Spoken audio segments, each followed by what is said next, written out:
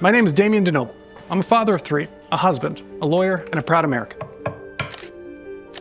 For 10 years, I've stood alongside immigrants, fighting deportations in communities and for-profit prisons, and helping families held in remote border encampments.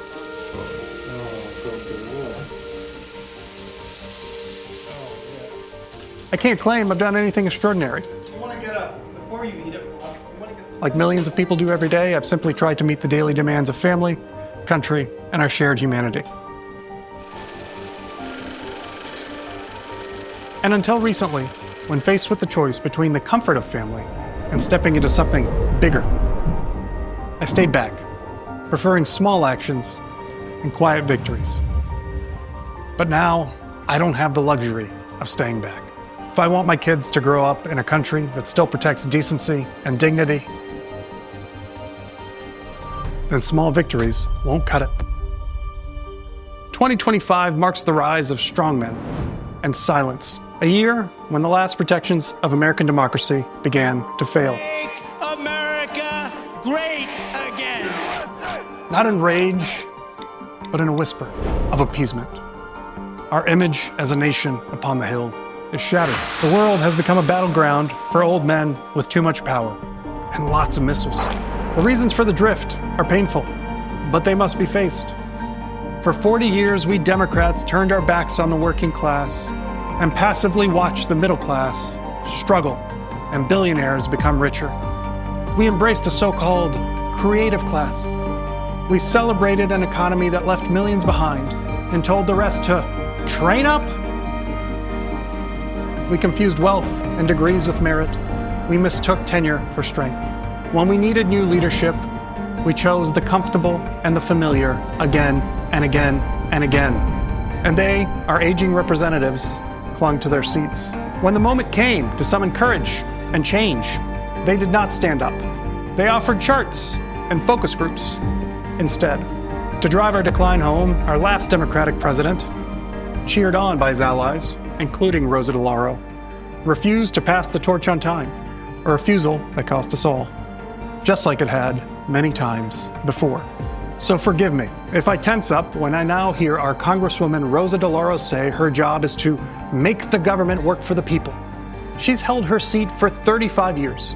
She is 82 years old. She will be 83 when she runs again. Her job is to retire. She is a millionaire octogenarian who, when she was my age, did not live through a pandemic, mass shootings, cyberbullying on a large scale, and the emergence of AI. And, once upon a time in 2008, the Great Recession. So although she's beloved by many, she is not an exception to the party's decay. She is its clearest example. A fixture in a system that rewards seniority over urgency and loyalty over results. Now, some will say her fundraising makes her indispensable. But if indispensable leadership brought us here, we are not illegal. Feel the pepper spray in the air. Then it's time to elect new leaders. He's sharp. Sharp? This is a man who is sharp. He's sharp as a tack. rosadelauro and the generation of leaders she represents took us far. But they no longer have what it takes to confront the crisis Connecticut is in.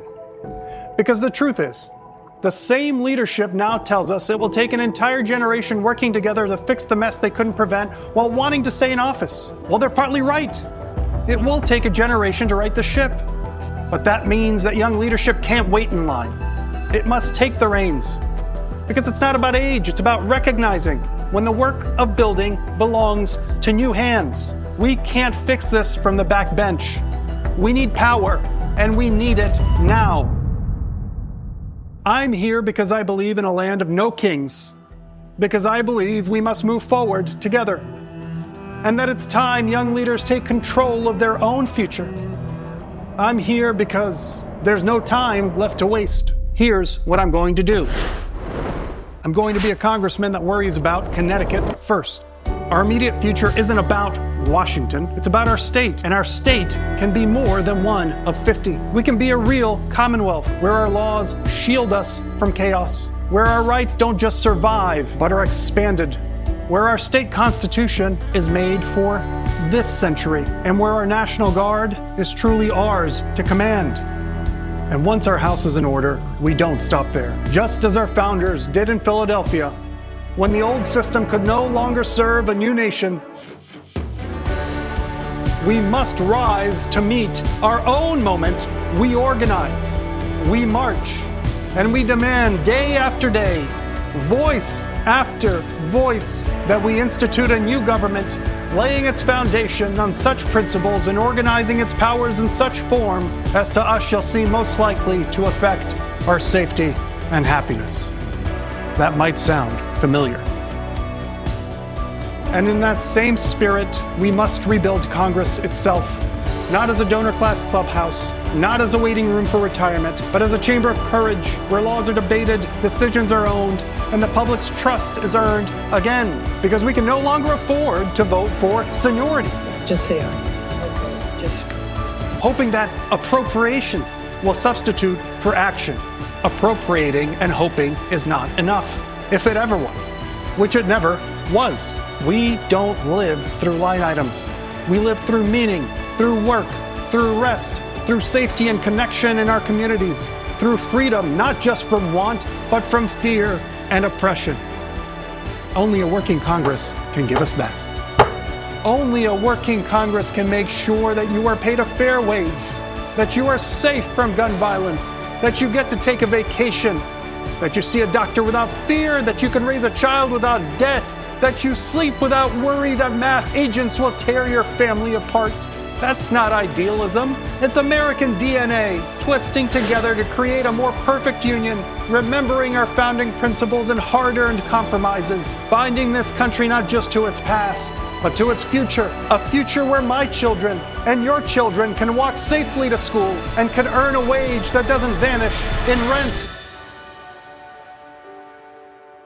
By 2040, with a revamped state and a rebuilt Congress, we can live by the DNA our country is built upon, not to relive the past, but to cure the future. We could live in a country where work pays because we pegged the minimum wage to inflation and created an AI dividend, where we built families, not debt, because we reformed Social Security to support universal basic income, expanded vocational education, and capped tuition, where technology serves democracy because we broke up monopolies and ended corporate surveillance, where classrooms are grounded in reality because we replaced addictive screens with hands-on learning and gave kids their childhoods back, where housing is universal because we built quickly and invested wisely, where homes withstand the storms of the future because we brought insurers to the table and strengthened our infrastructure for a changing climate, where farmers can endure disasters because we backed them to grow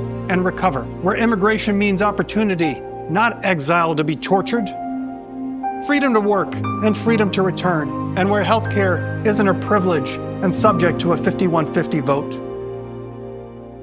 To realize this future, Congress can't just be a ladder for the old or a cash register for the powerful. It must be a place we send leaders who will fight for our rights and defend our future as if it were their own.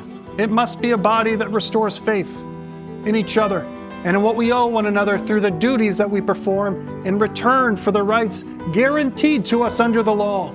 Across the country, a new current is stirring, recognizing the great work that lies ahead. So this campaign is born of necessity, not disrespect. When democracy stagnates, we must redraw its lines. So let us do what Connecticut, the Constitution state, has always done in times of crisis and need like this. Lead. Let's be the first to build a new generation of leadership. Let's build a government that helps people live and live well both now and in the future. Let's make Washington listen. Join me. There's a lot of work to do, and we must do it together. Learn more at DamjanForCT.com.